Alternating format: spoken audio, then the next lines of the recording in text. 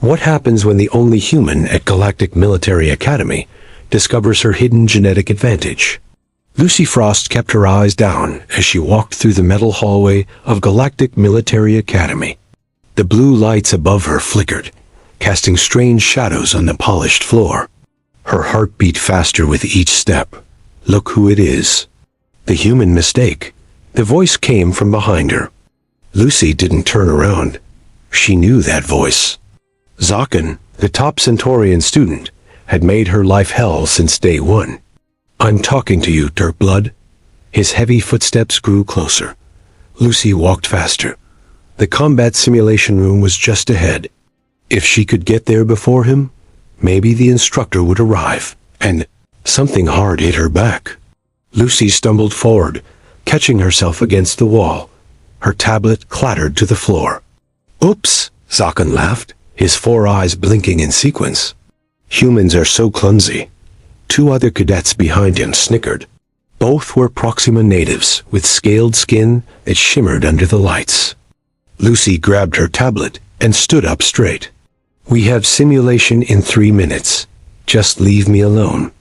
"Or what?" Zaken stepped closer. He stood 2 heads taller than her, his broad shoulders blocking the hallway. "Will you call Earth for help?" "Oh wait, they sent you here because no one wanted you there either." The truth stung worse than any physical blow. Lucy was the only human in her class. The Academy had taken her as part of some diplomatic agreement, a token gesture no one wanted. "Move, Zaken." Lucy tried to sound brave. The combat room door slid open with a hiss.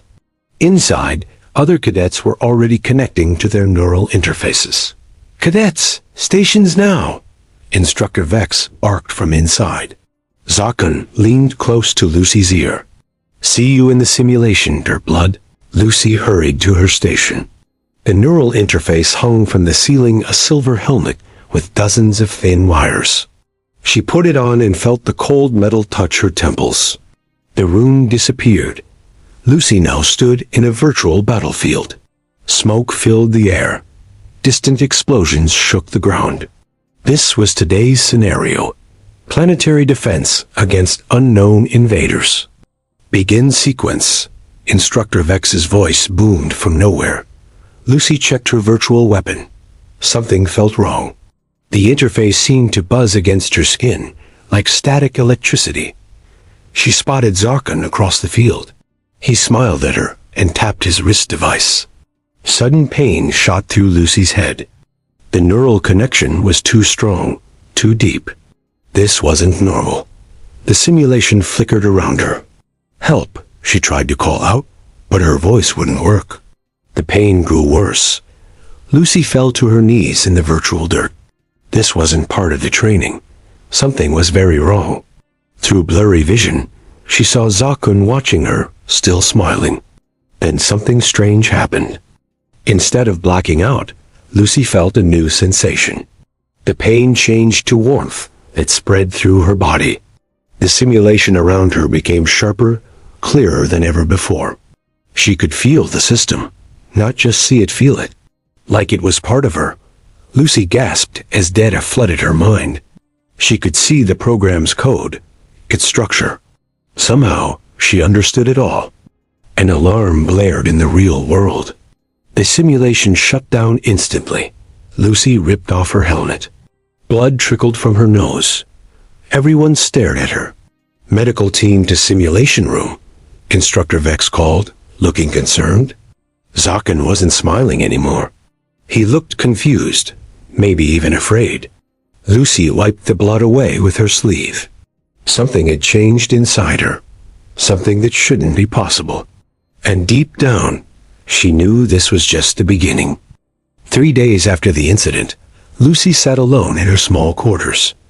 The medical team had found nothing wrong with her. Just stress and exhaustion, they said. But Lucy knew better. She stared at her tablet on the desk. Without touching it, she focused her mind on the device. The screen lit up. Apps opened and closed. Data scrolled past faster than any normal person could read. Lucy smiled. Whatever Zaken had done to her neural interface, it had woken something up inside her, something powerful. The room's lights dimmed suddenly. A red warning light flashed in the corner. All cadets report to main hall for emergency briefing. The Academy A, I announced through the speakers. Repeat, all cadets report immediately. Lucy grabbed her uniform jacket and rushed out. The metallic corridor outside her room was filled with other cadets moving quickly, their faces tense. What's happening? She asked a Proxima cadet who walked past. He ignored her completely. Since the simulation incident, the isolation had gotten worse. Zakon had made sure of that. The main hall was packed with hundreds of cadets standing in formation. The massive view screen at the front showed a planet surrounded by ships. Fires burned across its surface. Smoke clouds covered entire continents. Admiral Krell stood on the platform, his gray uniform decorated with combat medals. His face was grim. Cadets, the frontier colony on Nexus 7 is under attack by an unknown force, he said. The colony's defenses are failing. All available ships are being deployed. Murmurs spread through the crowd. Nexus 7 was a human colony, one of the few established after the last war. Senior cadets will deploy as emergency reinforcements, Admiral Krell continued. This is not a drill. This is war. Names appeared on the view screen. Lucy's heart stopped when she saw hers on the list. Right below Zakon's. Selected cadets, report to Hangar Bay 3 for immediate deployment. Battle cruiser Invictus departs in 30 minutes. The hall erupted with movement. Lucy pushed through the crowd toward the exit. A hand grabbed her arm, stopping her. Looks like we'll be fighting together, Dirtblood. Zakon's grip tightened painfully. Try not to die too quickly. It would look bad on my record. Lucy pulled her arm free. Worry about yourself. She hurried to her quarters to grab her gear. As she packed, her tablet suddenly turned on by itself. Security footage from the hangar bay appeared on screen. Lucy hadn't touched it. She hadn't even thought about it. Her new abilities were growing stronger, more unpredictable. The footage showed technicians loading weapons onto the Invictus. Lucy zoomed in without touching the screen. One of the weapon crates had strange markings that matched the enemy ships attacking Nexus 7. Someone at the Academy was connected to the attack. The door to her quarters slid open. Instructor Vex stood there, his face unreadable. Cadet Frost, you're late for deployment. Lucy quickly shut off her tablet. Sorry, sir. On my way. One more thing. Vex stepped closer. Admiral Krell has assigned you to Squad 5. Under Zakon's command. Lucy's stomach dropped. Zakon would have complete authority over her in combat. Is there a problem, Cadet? Vex asked, watching her closely. No, sir. Lucy lied. Good, because military intelligence has taken a special interest in your performance on this mission. Vex's eyes narrowed slightly. Very special interest. The warning alarm blared again. Final call for deployment. All assigned cadets report to Hangar Bay 3 immediately. Lucy grabbed her pack and followed Vex out. As they walked, she felt something strange, a faint signal coming from somewhere in the Academy. Data she couldn't quite read yet. Whatever was happening on Nexus 7, it was connected to her. And someone knew it. The battlecruiser Invictus shuddered as it dropped out of hyperspace. Lucy gripped her harness tightly. Around her, 5 other cadets from Squad 5 checked their combat gear one last time. Look at that, someone whispered. Through the dropship viewport, Lucy saw Nexus 7. The planet's night side was dotted with fires. Explosions flashed across the surface like lightning. In orbit, the remains of defense satellites drifted in pieces. Squad 5, prepare for drop, Zakon ordered. He stood at the front of the ship, already in full combat armor. Our mission is to secure the main colony's defense grid and restore power. Lucy checked her neural combat interface. The small device attached to her temple would link her to squad communications and weapon systems. She hesitated before activating it, remembering what happened in the simulation. Something wrong with your gear, Frost? Zakon asked, watching her. It's fine, Lucy said, turning on the device. The familiar buzz returned, but this time she welcomed it. The dropship engines roared as they entered the atmosphere. The ship rocked violently. Warning lights flashed red. Enemy fire detected, the pilot announced. Evasive maneuvers. Lucy was thrown against her harness as the ship banked hard. A loud explosion hit somewhere below them. We're hit. Pork engine failing. The dropship spun. Metal screamed. Emergency lights kicked on. Prepare for crash landing. The pilot shouted. Lucy closed her eyes. The neural interface hummed against her skin. Somehow, she could feel the ship's systems failing one by one. The impact came hard. Lucy's head slammed against her seat. Everything went black for a moment. When she opened her eyes, smoke filled the cabin. Sparks flew from damaged panels. 2 cadets lay motionless in their seats. Move! Everyone out! Zaken yelled, already at the emergency hatch. Lucy unbuckled and helped another cadet to his feet. They stumbled out onto alien soil. The air smelled like burning metal, and something sweet next to Seven's native plants burning in the distance. The colony's main building stood about 2 miles away. Between them and safety lay a field of rubble and smoke.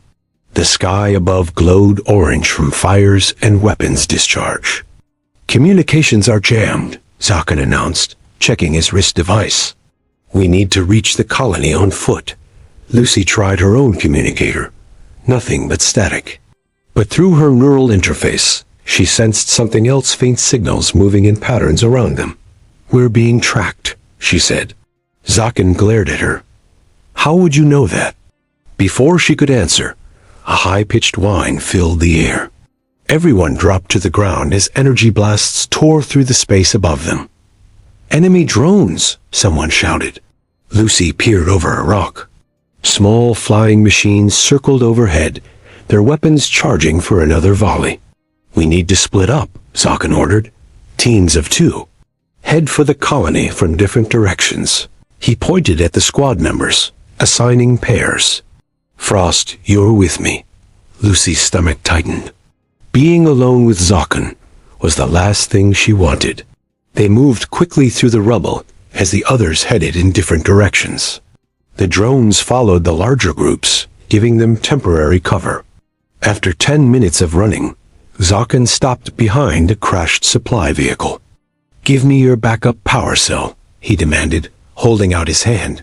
Why? Lucy asked. My suit's power is low. I need it to maintain communications. Lucy hesitated, then handed over the small cylinder from her belt.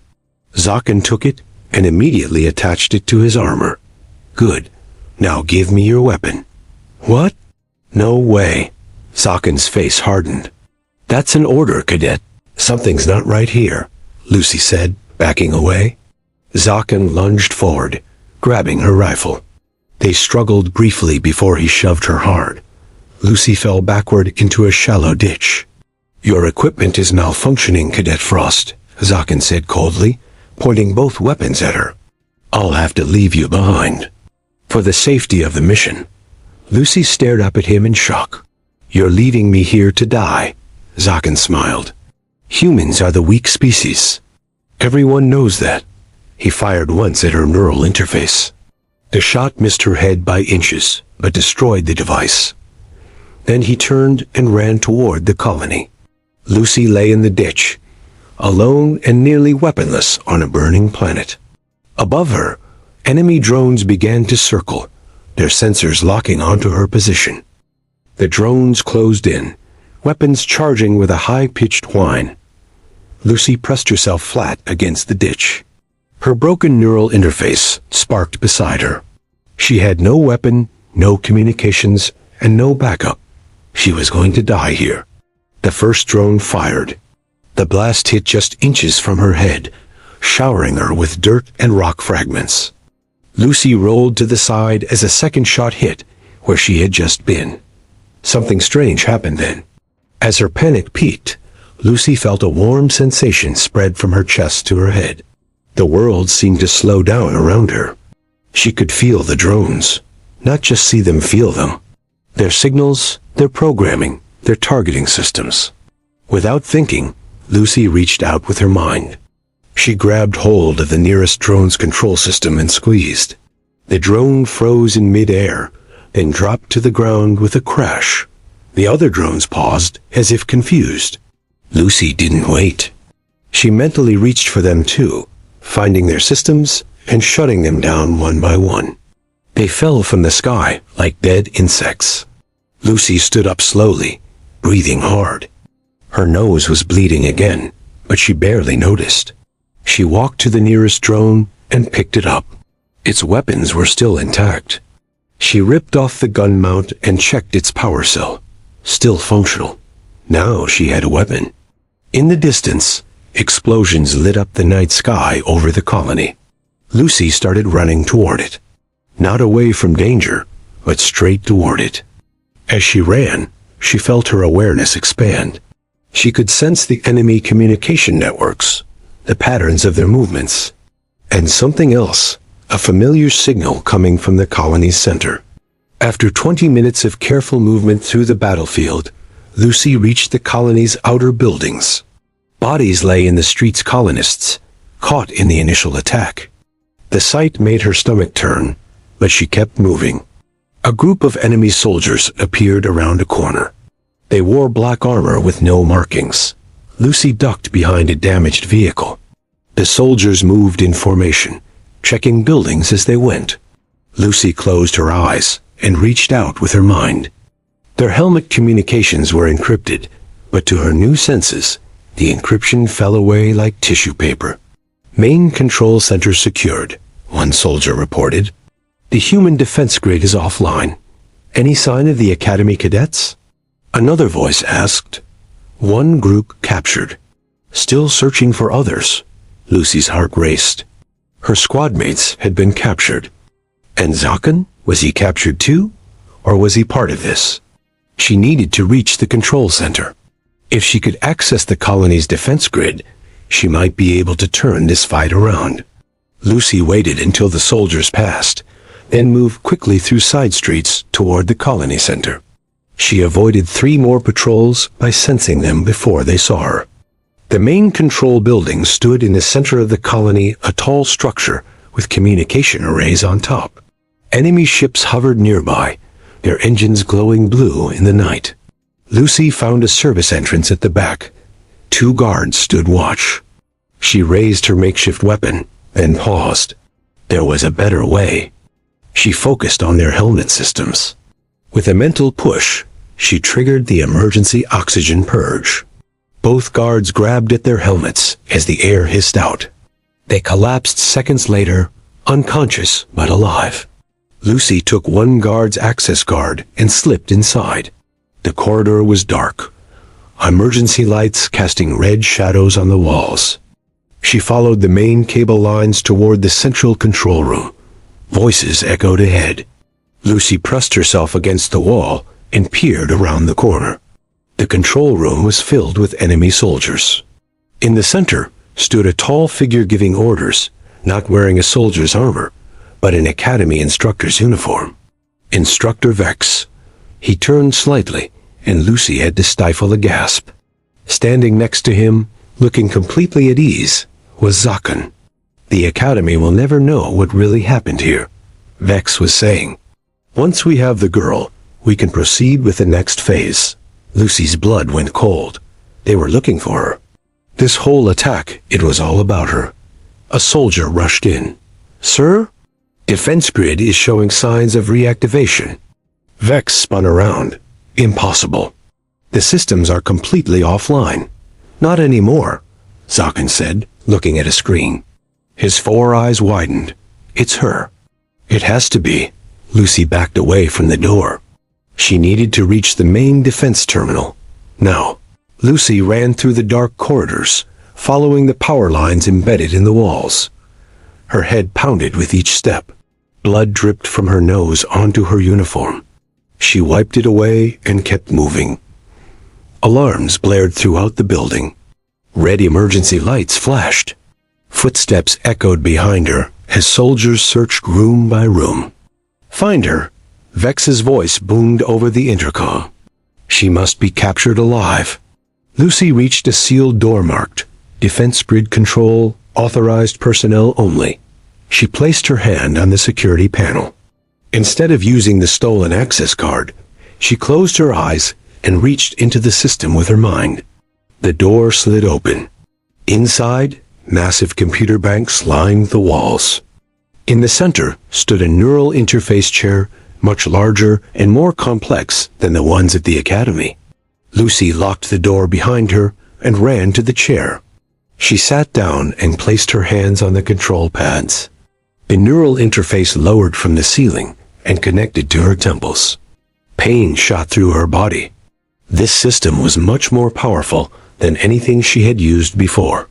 But instead of fighting it, Lucy surrendered to the connection. The colony's entire defense network opened up to her mind. Satellite weapons, ground turrets, shield generators, all of them damaged but not destroyed. Lucy could see the enemy ships in orbit. 12 warships, their weapons aimed at the colony. On the ground, hundreds of enemy soldiers moved through the streets.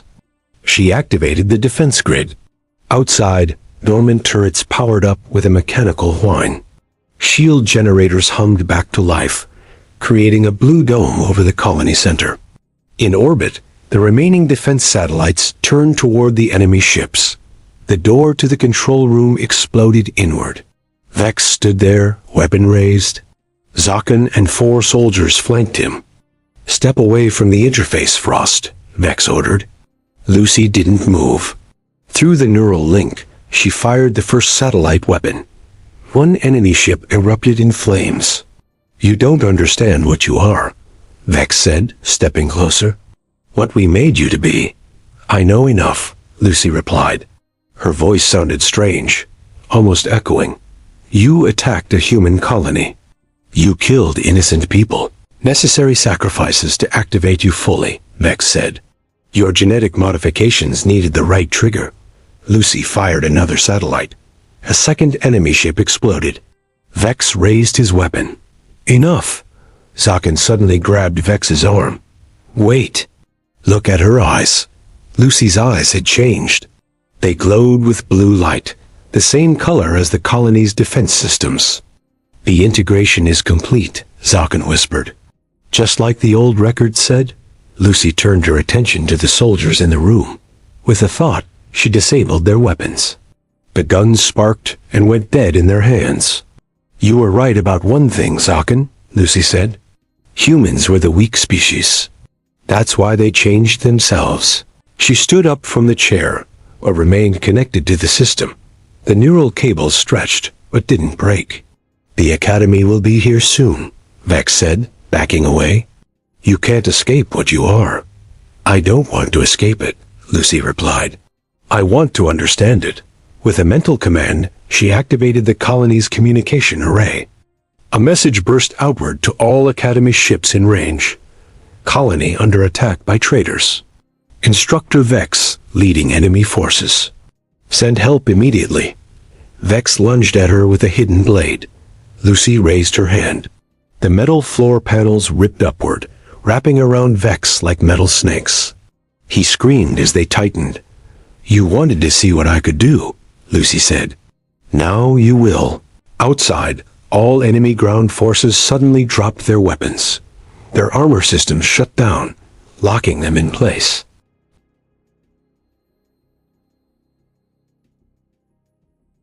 Lucy turned to him, blood now flowing freely from her nose and ears. The strain of controlling so many systems was killing her, but she couldn't stop now.